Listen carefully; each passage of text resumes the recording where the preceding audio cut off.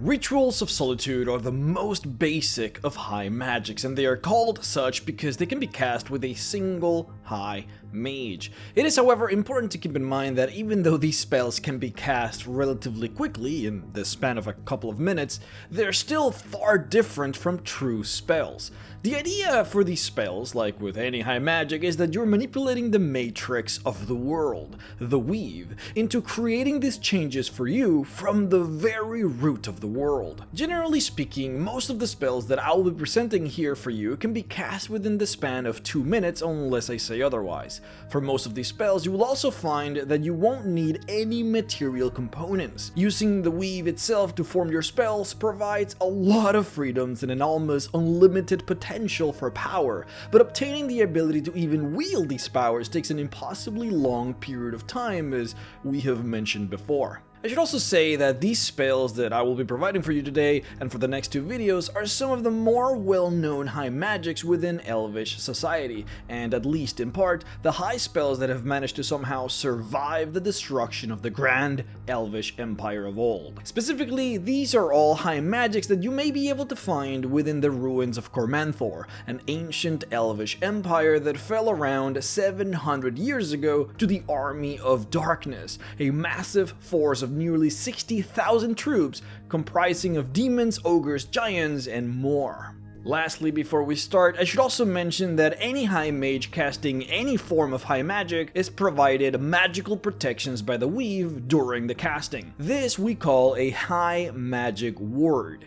The wards become more powerful the more high mage is casting the spell and the more potent the spell is. The ward taking the shape of an invisible bubble around the entire perimeter of the casting. For some of the more powerful high magics, the shield can become so powerful as to even deal upwards of 20d6 dice of raw, unresistible magic damage to anyone who tries to force their way through physically. Attempting magical intrusion has the ward inflict what is called a sink spell upon the caster, which basically plops the caster down into the earth and imprisons them below. Any form of mental or psionic intrusion upon the ward has the intruders be subject to an imprisonment spell where they are sent inside small crystals and entrapped there. The health of the ward is equal to that of the primary caster, and saving throws necessary also use the stats of the main caster as well.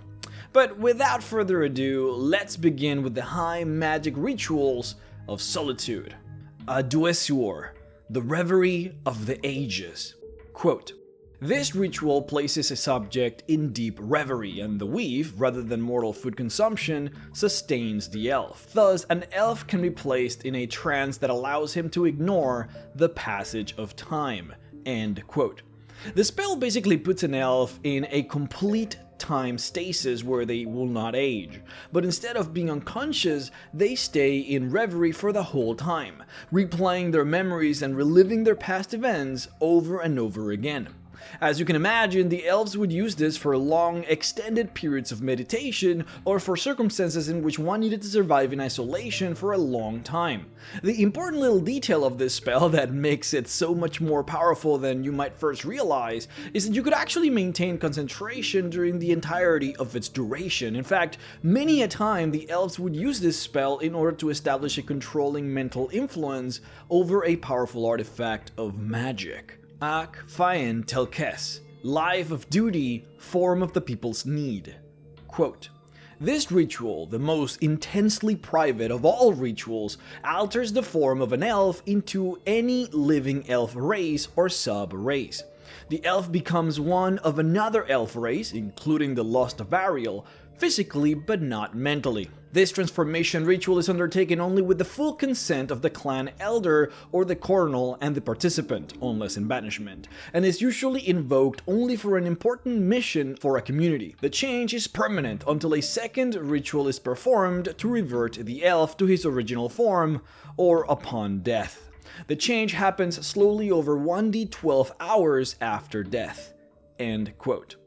This ritual, just how it says it, literally transforms an elf into a different subrace, adopting every single one of their physical properties, including every single benefit and drawback from being that type of elf. Your mental state, however, stays the same. You get to keep your memories and personalities. Now, there are a couple of really interesting things about this spell, but most important by far is how this actually differs from something like true polymorph. You as the caster are changing the matrix of the world. You're changing the weave in order to enact this difference. That means that as far as the universe is concerned, you are that thing that you just changed to. If you change to a drow, for example, you become one with every single one of its baggage, meaning you can say goodbye to being reincarnated, you can say goodbye to the elvish heaven, you can say goodbye to reliving your primal memories using your trance. When the elves were primal elves, they chose the shapes that most represented their personalities and emotions, which means a gold elf chose to be a gold elf back in the beginnings of time, and permanently changing that is, well, a monumental change. This is why this is considered to be the most private of all rituals. Now, it's impossible to know how many of these have ever been casted. All we know is that officially, we only have records of this being done 5 times. Ever. In over 10,000 years, we only have records of this spell being cast 5 times. 2 times in order to turn an elf into a drow for the purposes of infiltration, both of which were turned back into their normal shapes later on, and 3 times to turn an elf into a drow as a form of banishment. Essentially the greatest punishment that one could ever do to an elf. According to the lore, it is indeed possible for this spell to turn an elf into a human or a dwarf, but no high mage has ever dared to attempt something like that. Neither had there ever been any volunteers willing to test it out. Dawen Teague Fear. Starshine upon the people. Quote, "This ritual of rejuvenation is one led by the High Mage, or an elf of royal blood, but there can be as many as 100 other participants. Under a clear, starry night sky, the ritual cleanses an elf both physically and spiritually. This ritual of chant and dance is often used in wartime to bolster morale and prepare the troops for battle." End quote. What this does is it summons a shower of glittering stardust all around the ritual. This stardust falls upon the warriors and makes them glow slightly, cleansing any impurities in their armor and cleansing them of any dirt or grime. It also cures them of diseases and any form of lesser afflictions like blindness or deafness. It also cures them with healing magic as well as neutralizes any poisons in their bodies. On top of all of this, the high magic spell bestows an elven blessing upon them, all equal to a powerful aid spell for up to 12 hours. For the duration of the ritual, all of the participants that wish to obtain the benefit of this power must join in both song and dance with the High Mage. This is an extraordinarily powerful spell that can truly shift the tide of a war. Now, this particular high magic is interesting because there is actually a true spell equivalent to it, though the spell is reserved only for elves of royal blood.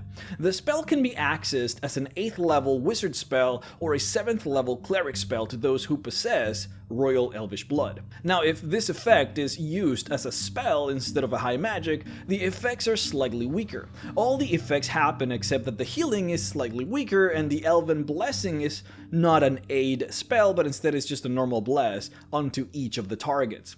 The true spell for this effect has never been recorded. Instead, it has been passed down from elder to royal heir throughout generations. Worrell Anavar, the Song of Anavar. Quote, "This spell allows a high mage to inspire allied troops and demoralize opposing armies. The only battle-intended high magic, this ritual places the singing high mage among the troops to sing of elven glory and the folly of the foes who oppose them." End quote. This is the only high magic that is meant to be used, literally, in the middle of combat with the enemy. Its effect is pretty straightforward. Within the range of 300 feet radius around the caster, all allies gain bravery and morale from the song and become immune to fear. Enemies within the same radius, regardless of understanding of Elvish, are infused with fear and terror. Enemies who succumb to their fear flee in panic for at least an hour. The lore says that the High Mage is so intimidating to all while in this ritual that none dare approach him, whether due to awe or fear. Kai Soe Takal. Skin and breath of the worm. Quote, the elf reaches through the weave, connects with a metallic dragon, and adopts some of its energy. In essence, the High Mage wraps himself or another target in the aura of the dragon, granting himself or another the abilities of the chosen dragon for a short time. To the weave, the target is a dragon, not an elf. End quote. The spell can functionally work differently depending on exactly what it is that the elf is looking for. For example, the elf could simply adopt the ability to breathe fire like a gold dragon does, or could empower himself with the strength of a silver dragon in order to move gigantic rocks out of the way. If the elf wanted to, he or she could literally fully transform into a literal dragon, not just gaining its abilities but also gaining its shape. Of course, the less the elf adopts from the dragon, the shorter the high magic is to cast, and the more you change, the longer the casting becomes. Once again, I want to remind you that this is not just about changing your body, but about changing the universe to allow for you to actually become something different. Though this particular spell does not last for a long time. Ol Irtal Eitun, Flights of True Mark, Arrows of Art. Quote, one of the few combat-oriented high magics, this ritual allows the High Mage to enspell a quiver of 20 arrows with one effect. These enchantments last for 24 hours after the completion of the hour-long ceremony, and the arrow's magic can be cancelled only by wish and limited wish spells. Often, word of an impending battle will prompt at least 1 or 2 quivers of arrows to be prepared, and the High Mage divides the arrows amongst the archers' ranks to provide a unified effect across the battlefield. End quote. There are 5 possible effects that the High Mage can enchant the arrows with, but all the arrows of the quiver must be enchanted with the same effect. The first type of Ol Irtal Eitun is Dispel Arrows. Any arrow enchanted with the Dispel Arrow's high magic will dispel whatever it touches with a Dispel, as if casted as a 9th level spell. Kind of a tongue twister, that one. The arrows basically uses Dispel magic at 9th level on whatever it hits. The lore says that they are used against spellcasters in order to remove every single enchantment on their bodies, things like fly or mage armor or shield. The second effect are Snuff Arrows. Snuff arrows are used to quench fires. An arrow hitting a zone of normal fire basically eliminates the fire on a 5 feet radius, and an arrow hitting the zone of a magical fire will reduce the damage or strength of the fire by half. This effect might seem somewhat tame, but it is in fact the most common out of all of the options, used with great effectiveness against dragons who wish to burn the elven cities. Eagle's Mark Arrows is the third option, and it effectively makes the arrows work like magic missiles. That being, it makes arrows hone in on their target and never miss. There is, however, a restriction from Mystra, the goddess of magic, upon this high magic, where only 2 such arrows can ever hit the same target within the span of 24 hours. Any third arrow or more sent to the same target will, quote, merely burn up a few feet from the target. End quote. The next option is what we call targeting arrows. These arrows crackle with an ominous purple and create a form of beacon or mark upon the targeted hit. After the target has been marked, elves can use a command word in order to make sure that any spell they throw after the fact will hit the marked target. An elf could, for example, throw a targeting arrow in order to mark a castle and then cast a meteor swarm or an earthquake spell and only affect the castle. The last option for this high magic are message arrows, which work exactly like how they sound. When an arrow lands, it will deliver a message of up to 30 words, which can be heard easily by any creatures within a 10-foot radius. Salos Sint Nias, Gift of Alliance. Quote, this ritual allows a high mage to call upon the ancient allies of the Tel'Kozir for aid in the defense of an elven realm. The summoned aid is often in animal or monstrous form, though the creatures tend to match both the surrounding area and the caster's alignment. Other planar creatures can also be summoned with additional ritual time, though the larger creatures and the more powerful extra-planars require longer summoning times and produce fewer allies. End quote. There are many monsters and magical creatures that have, for one reason or another, swore allegiance to the elves and elven gods. By using this high magic, one can call upon the ancient contracts in order to receive help. The lore states that the ritual acts as a powerful and highly specific monster summoning spell, whereas by using this power you could specify the type of monster you would want to summon, and you could summon it. The power of this high magic is such that it is meant to be used for big-scale wars, as you could be summoning something close to over 100 low-level beasts. On the other hand, you could summon powerful ancient dragons with this high magic. You could summon krakens and divas if you simply channel for longer. Fogel, summoned shield, conjured screen. Quote, "This high magic creates windows of magical energy stronger than glass. If the area where such a field is set is bounded by physical walls, it can be placed anywhere." End quote. This high magic is quite simple and has a very simple use. It basically functions as windows for the houses of elvish spellcasters or the houses of elvish nobles. The idea here is that you could create a transparent force field that is stronger than traditional glass while simultaneously allowing for air to pass through it. If designed and worked on for longer, you could make the window be heat-proof or maybe even soundproof. Astar Kes. One heart, one mind, one breath. Quote, "This ritual provides a creature and an elf with a mental link, not unlike the one shared among elves in communion. This link is permanently forged. Most often, this ritual is used as a marriage rite, forging a bond between spouses, though it is not limited to pairs of elves. An animal mount and rider might form an empathetic link that allows them to interact far more closely than two creatures normally could." End quote. The link that the spell provides is permanent and cannot be ever taken away, not even by using the same high magic again. The communal nature of the link does more than simply allow for a simple connection. It almost binds both entities into a kindred relationship that binds the both of them emotionally together. Quote, "The two creatures are partners, friends, lovers, or kindred in all but form. Each knows when the other is in danger and will stop at little to render aid." End quote. The link goes even further though. If intense concentration is achieved, both creatures could even be able to telepathically communicate with one another. Now, even though the ritual is assumed to have elf targets, the union can very easily be formed for all races, linking the elf with a human or dwarf or anything of the sort.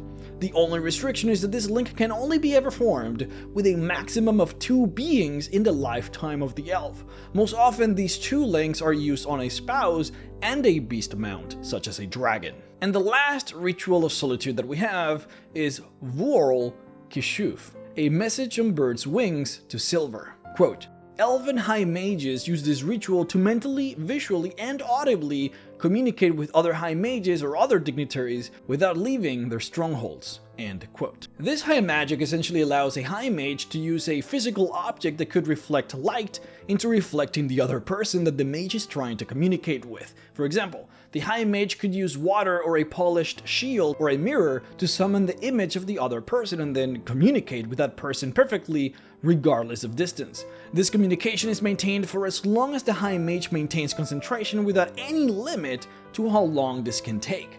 This particular high magic was incredibly important in establishing relations with distant empires, as the only restriction was maintaining concentration, so theoretically, you could keep the line open for many days at a time, particularly crucial in times of war to communicate with outposts. Now that's all I have for the Rituals of Solitude, but for the next video, we will be covering the Rituals of Complement, rituals that require a minimum of 3 high mages in order to cast. Just keep in mind, the high magics that I just showed you are the weakest. They just get so much more stronger from here on out.